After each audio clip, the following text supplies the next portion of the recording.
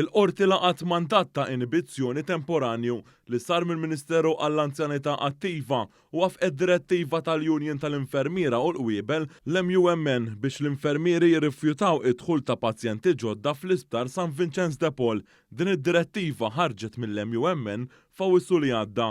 Il-qorti ippreseduta mill-imħallef Neville Camilleri qalet li l-MUMN għandha 5 tiem ċans biex tressaq l-argumenti legali tagħha. Żagħżugħ ta' 24 sena li jismu ma jistax jixxandar b'ordni tal-qorti li Qodbir Zebbuġa inżamm arrestat wara tressa l-qorti mixri li beżżar l-eks sieħba tiegħu u lill-ulieda li kienet se tintuża il-vjolenza kontrihom. Fil-qorti l-Ispettur Omar Zammit spjega li minn Ottubru li għadda minn mindu intemmet ir-relazzjoni tagħha mal-akkużat l-allegata vittma għamlet mill-inqas 5 rapporti kontra l-akkużat.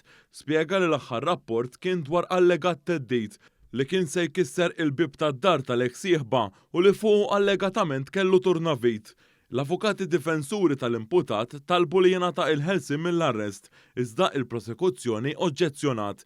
Il-qorti mmexxija mill-Maġistrat tal-Assana Dinlija ċaħdet it-talba tad-difiża minħabba il-gravità tal-każ.